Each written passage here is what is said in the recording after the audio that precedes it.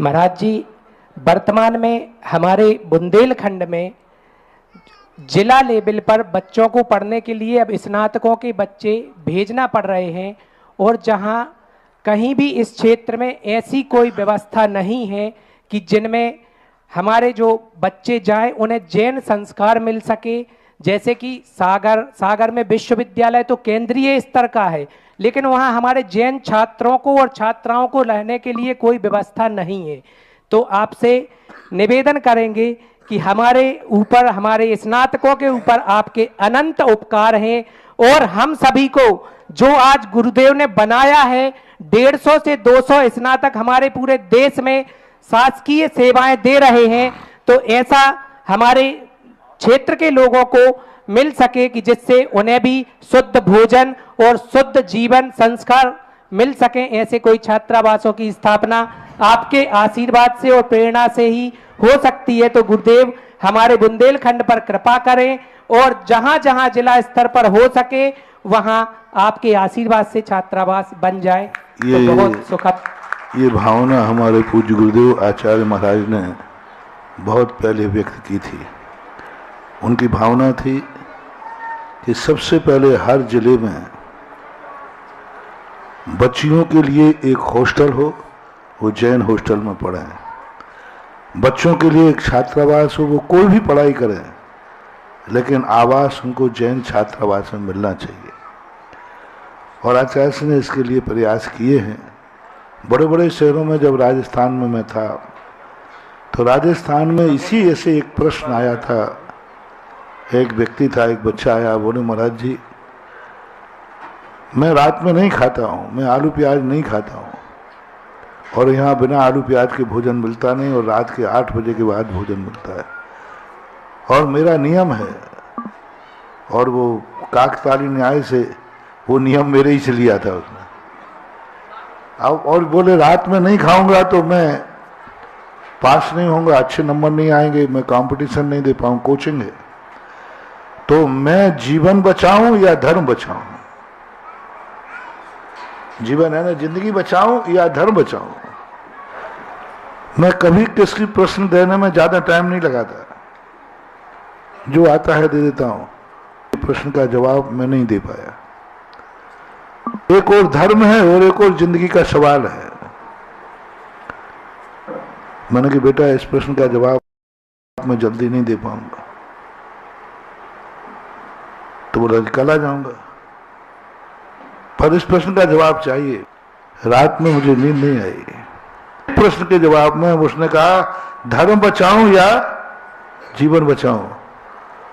और जिस दिन साधु रात में नहीं सो पाए और मेरी नींद जिस दिन खराब हो जाए, उस दिन मैं सुबह प्रवचन में गर्मी चढ़ जाती है। और फिर जो रात भर के चिंतन की, ध्यान की गर्मी थी, जो प्रवचन में बरसी, उसी दिन कोटा का छात्रावास की स्थापना हो गई। उसी एक दिन के अंदर मैंने जनता के सामने कहा, बोलो बच्चे धर्म बचाएं या जीवन बचाएं?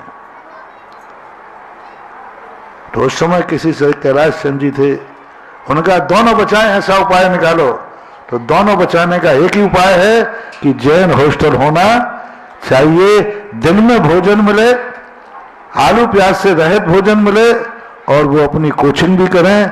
और आज आपको मालूम कोटा के अंदर बच्चे और बच्चियों के लिए दोनों हॉस्टल खुले हुए हैं। राजस्थान में बहुत सारे स्थानों पर मैं प्रयास कर रहा हूँ, किया था। आज यहाँ प्रश्न आया तो ये बात बहुत आज की जरूरी है। पहले बोर्डिंग होते थे, बोर्डिंग में, लेकिन आज की लौकिक पढ़ाई के लिए भी हॉस्टल होना चाहिए। अभी जयपुर में बहुत बड़ा हॉस्टल इसी के लिए बन रहा है। एक तो तुम लोगों के लिए बना, एक उन बच्चों को रखने के लिए जो लौकिक शिक्षाएं पढ़ते हैं। अभी सरकार से जमीन लौट करके प्रतापनगर में बहुत बड़ा एक हॉस्टल बनाने की तैयारी श्रीमन संस्कृत संस्थान कर रहा है, सोच रहे हैं। आपके यहाँ भी बुंदेलखंड में भी जितने जिले हैं उनमें ऐसे हॉस्टलों की व्यवस्था होना चाहिए।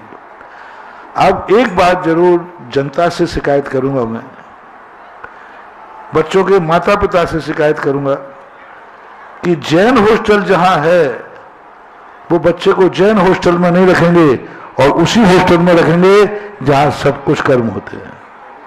हॉस्टल है, सुविधाएं हैं, लेकिन वहीं जाकर रखेंगे जहां दूसरे हॉस्टल में जहां बेटा भ्रष्ट होता है।